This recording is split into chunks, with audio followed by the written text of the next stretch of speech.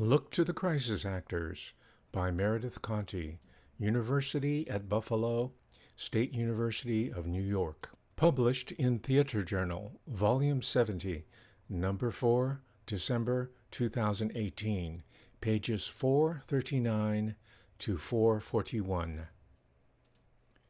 Tragedy, travesty, circus, burlesque. Commentators have plumbed the depths of popular theater history in hopes of describing Donald Trump's administration and the corresponding sociopolitical climate of a bruised, divided nation. These Trump as spectacle narratives, in which the president is variously depicted as ringmaster, puppet, Shakespearean tyrant, or melodramatic villain, and the progressive hand-wringing they inspire, fittingly gesture toward the smoke-and-mirror politics of an aspiring autocrat. However, they also operate on a simplistic or imprecise definitions of theatricality and performativity that equate both terms with inauthenticity, treachery, or vainglory. Trump and his supporters also engage with and organize around notions of vigilant public spectatorship in a hyper-performative age, although to different ends. Certainly, the campaign's routine allegations of fake news presuppose that journalists script fictional events and impersonate principled reporters in order to deceive an increasingly credulous public. On the far end of the conservative spectrum, a faction of conspiracy theorists have weaponized antithetical biases by recasting the victims and survivors of traumatic events as duplicitous and paid crisis actors. However, the work of the student activists emerging from one such trauma, the 2018 school shooting at Marjory Stoneman Douglas High School in Parkland, Florida, demands that we reevaluate and reposition the notion of crisis acting. In the wake of the shooting, a group of Parkland students, many of them members of the school's drama club, documented, narrated, and politicized their collective trauma through a multimodal performance of survivorship and activism that was no less genuine because of its performativity. Indeed, the self-described dramatic students sparked the coalescing of a visible and persuasive youth-led gun control movement, one that models how to organize efficiently and communicate widely, how to acknowledge privilege and practice inclusionary activism, how to take up space traditionally occupied by adults, and how to speak truth to power. David Hogg conducted and filmed hushed interviews with classmates during the school's lockdown, the viral cell phone footage of which is simultaneously raw in content and deliberate in intent. In her March for Our Lives speech, Emma Gonzalez ritualized protracted silence as a means of memorializing the shooting's victims, while unapologetically rejecting the codes governing protest speech and the ubiquitous, though insufficient, moment of silence. And when their theater teacher, Melody Hersfeld, received the 2018 Tony Award in Excellence in Theater Education, the school's drama club and choir students marked the honor by singing Rent's Seasons of Love on the live telecast. The Parkland students anchor their gun control activism in a precocious awareness, likely a product of their liberal education, arts training, and upbringings in a digitally saturated world, that the theatrical necessarily infuses the real. Parkland's survivor activists weathered accusations of being crisis actors, a claim that, in light of the teens' involvement in theater, struck a dissonant but reverberative chord. When CNN's Wolf Blitzer asked Parkland student Cameron Kasky his thoughts on the conspiracy, he cheekily replied, "Well, if you had seen me in our school production of Fiddler on the Roof, you would know that no one would pay me to act for anything." While using anti-theatrical rhetoric to weaken outrage or sow seeds of doubt is not new, the purposeful rebranding of trauma survivors as paid actors has become increasingly popular during the last few years. This lie works in several interdependent ways. First, it exploits the same spectorial anxieties and pleasures activated by Barnum's famed humbugs and Houdini's underwater escapes. It calls into question the perceiver's ability to interpret fact from fiction. You were hoodwinked, it scolds. Perhaps you are not as good a judge of character as you believed. Second, recasting trauma survivors as professional actors presupposes that there are many more deceptions at play within the event in question.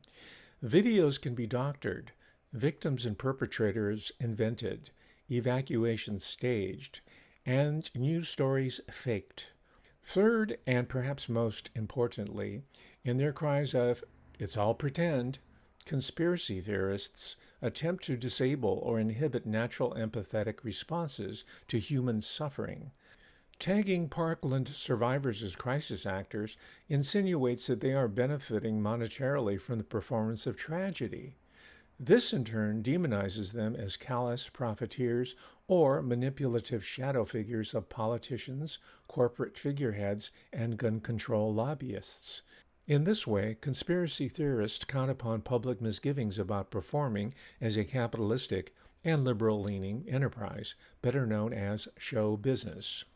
Beyond its obvious wit, Kasky's Fiddler on the Roof retort invalidates accusations of crisis acting by highlighting conventional divisions between the professional actor and the unpaid amateur performer. I recently spoke about the Parkland survivors in a roundtable discussion on the historical and contemporary intersections of performance, violence, politics, and truth.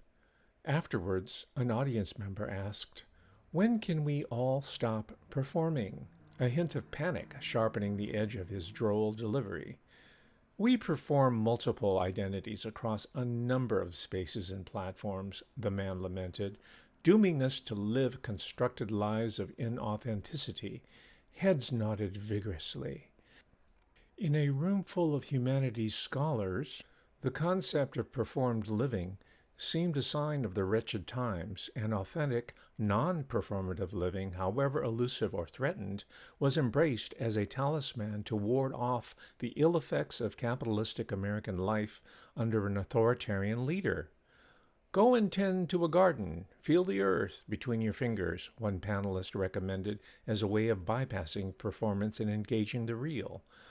My own reply to the audience question, in which I urged for a more nuanced reading of performativity that disentangled that notions of performance and performed living from those of inauthenticity, deceit, and disconnection, was listened to with polite but skeptical ears.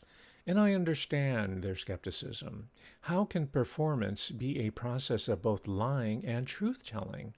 How can theater be a site of dangerous illusion that demands passive credulity from audiences, as Brecht warned, as well as a vehicle for revelations, for peeling away layers of detritus and artifice, and for deep audience performer collaborations? If modern life enforces a system of front stage and backstage behavior, as psychologist Irving Goffman suggested over a half-century ago, can we short-circuit the system through a mindful, embodied rejection of the performative? For many of those at the round table, theater's ability to hold a mirror up to nature dangerously refracts outward into non-theatrical realms of living, trapping humans in a funhouse of distorted facsimiles of reality. Better to denounce performativity full stop, it seemed, than to acknowledge its positive or generative functions or to embrace its unavoidability. But the activist practices of the Parkland students ask us to see beyond discordant iterations of performance and authenticity and the mercenary crisis actors of InfoWars lore. Instead of surrendering this mythologized figure to the fear-mongering machinations of radical extremism, could we perhaps, as Adderley Sr. suggests, adopt the term crisis acting to describe activism that embraces rather than rejects the performative as a deliberate mode of political intervention? The Parkland students, offers Sr., are not only actors, but crisis actors of a different kind, a kind that calls back to the Latin origins of the term actor as an agent or doer. They are doing something, and through their words and deeds, these young activists are bravely reclaiming the term crisis actor from those who want to use it to downplay their authenticity. Not unlike the Brechian actor or the Boalian spectator, the crisis actor employs performance as a means of exposing, probing, and reimagining entrenched systems of oppression while still retaining a positionality and subjectivity. Crisis acting, then, offers confirmation of Diana Taylor's proposal that complex readings of performance recognize the constructed as the co participant of the real. As a 21st century avatar of social change, the crisis actor is animated by the mediatized and polarized present. The crisis actor is filmmaker, musician, and activist Bree Newsom, scaling the flagpole at the South Carolina State House with her eye on the Confederate flag. The crisis actor is member of the Cheyenne Nation and water protector Raymond Kingfisher, singing, drumming, and leading prayer in Standing Rock as helicopters circle overhead and police dogs bark and strain against their collars. The crisis actor is in the streets of Ferguson and Baton Rouge, in the lobby of Trump Tower, at the entrances of Planned Parenthood clinics, and the crisis actor is the Parkland survivor. As a Pittsburgh native and child of the 1980s, I have always been partial to Fred Rogers' advice to young children to look for the helpers in times of tragedy and fear. Let us also look for, and to, the crisis actors. End